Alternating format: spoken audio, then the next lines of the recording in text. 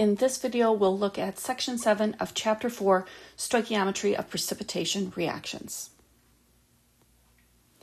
In this problem, we're adding two solutions together to make a precipitate. The question is, what mass of precipitate will form?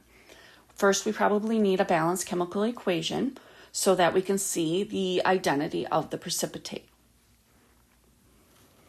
Do the double replacement. I'm going to swap out my cations. I get NaNO3 and Pb3PO4 2. I know the charge on the lead is a +2 because of the lead nitrate formula.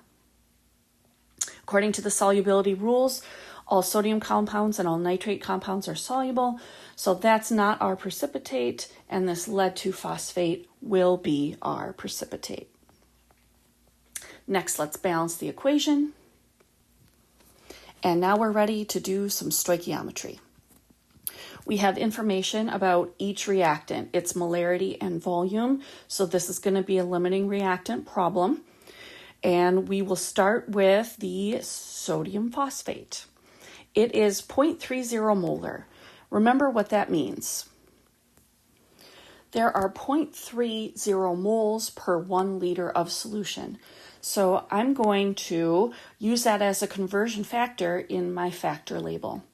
I'm going to start with the 10 milliliters, but I do need that in liters, so divide by 1,000. I'm going to cancel my liters and go to moles. 1 liter is equal to 0.30 moles. That's the molarity or concentration of the sodium phosphate. Now I'm ready to go into my mole ratio to switch between my sodium phosphate and my precipitate. My coefficient on my sodium phosphate is a 2, and my coefficient on my precipitate is a 1. And then I'm going to go from moles to grams because it says what mass a precipitate will form. The molar mass of that precipitate, that lead 2-phosphate, is 811.54 grams. That gives me 1.2 grams of precipitate, rounded to 2 significant figures because of the molarity. All right, you pause and try converting from 20 milliliters of 0.20 molar lead 2 nitrate 2 grams of precipitate. So we have 20 milliliters or 0.02 liters of lead nitrate, and its concentration is 0.2 molar, or 1 liter equals 0.2 moles. Its coefficient is 3 in the balanced chemical equation, and the coefficient of the lead phosphate is just a 1. And so then converting from moles of precipitate to grams, we get 1.1 grams. This is the smaller of the two answers, and so that means that this lead 2 nitrate is our limiting reactant, and we will get 1.1 grams of precipitate or lead 2-phosphate produced in the chemical reaction. Here is one for you to try. We want the mass of precipitate that can be produced by reacting, again, 2 solutions together. First, start with the balanced chemical equation, and then do your limiting reactant problem. Pause the video here to try this out. You were told the identity of the precipitate, so you didn't need to figure that out. Just write out the balanced chemical equation. The first reactant, iron 3 nitrate, makes 0.842 grams of precipitate, FeOH3, iron 3 hydroxide. The second reactant, NaOH, can make 0.668 grams of the precipitate. Between the two answers, we always choose the smaller one. So here's our mass of precipitate, 0.668 grams, that can be produced from the limiting reactant, sodium hydroxide. Next, let's write the net ionic equation for the reaction in the previous problem, just as a review. Now remember, we talked about you can do the molecular ionic and then net ionic, or you could skip right from the molecular to the net ionic by just remembering that it's the two ions that come together to make the precipitate in the net ionic equation. That means that all the ions here in this product are spectator ions, and so we can get rid of them on the reactant side and then just write the remaining ions and the precipitate as the product. So that would look something like this. However, we do have 3 of these hydroxide ions, so I would like to see the coefficient of 3 in there. And these are ions, so we need the charge.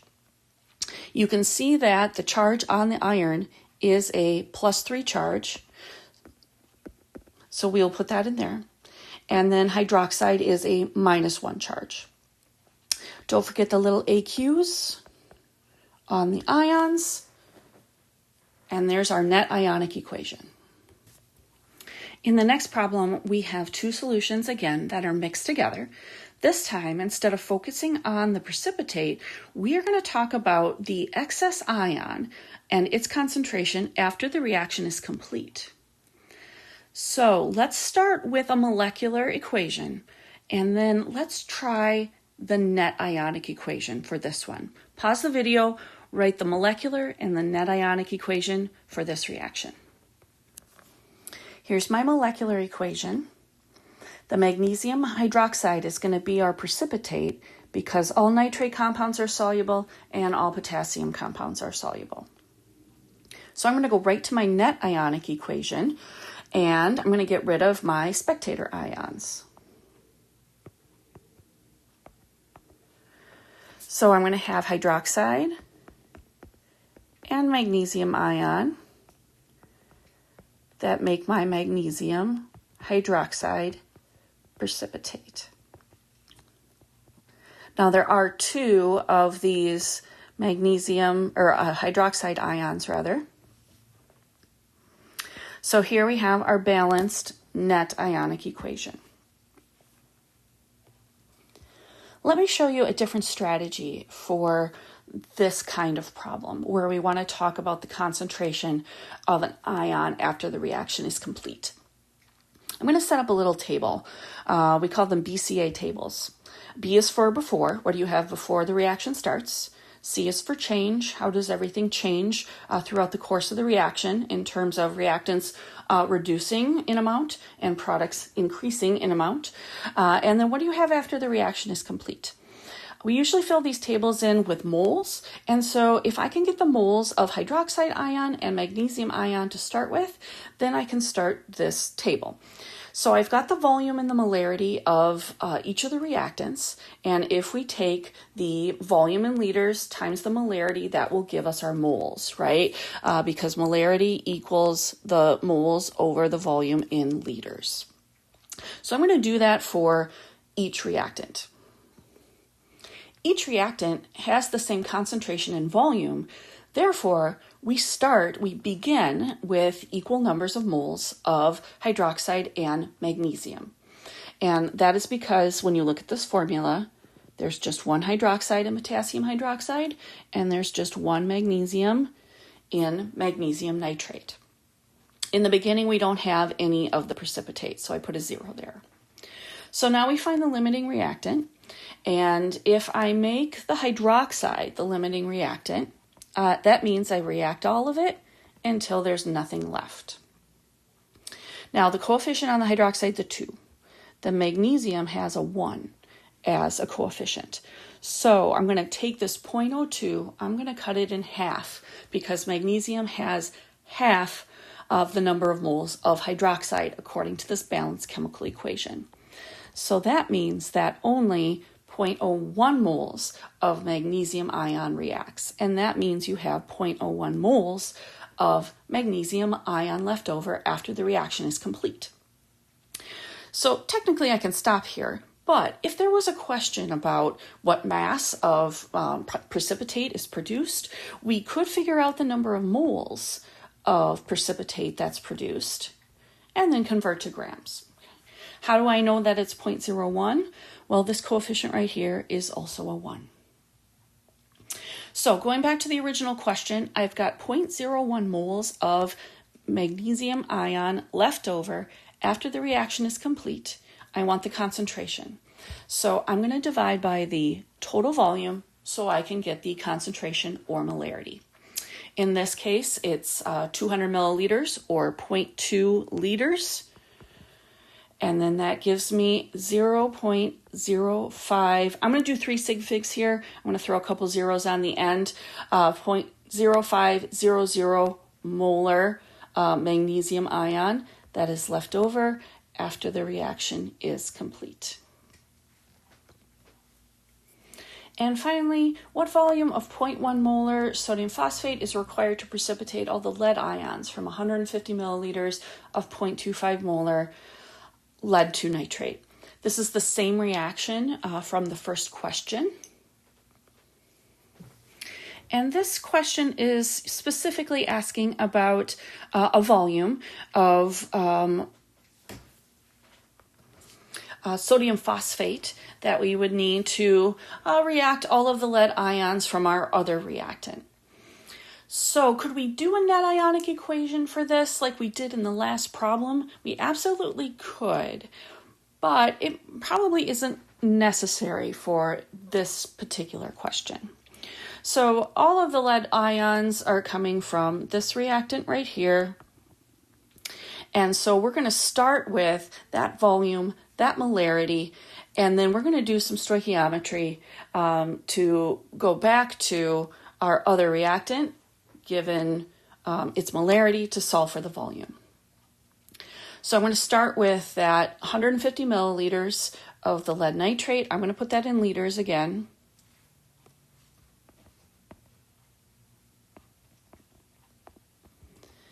Cancel my liters and go to moles, and the molarity of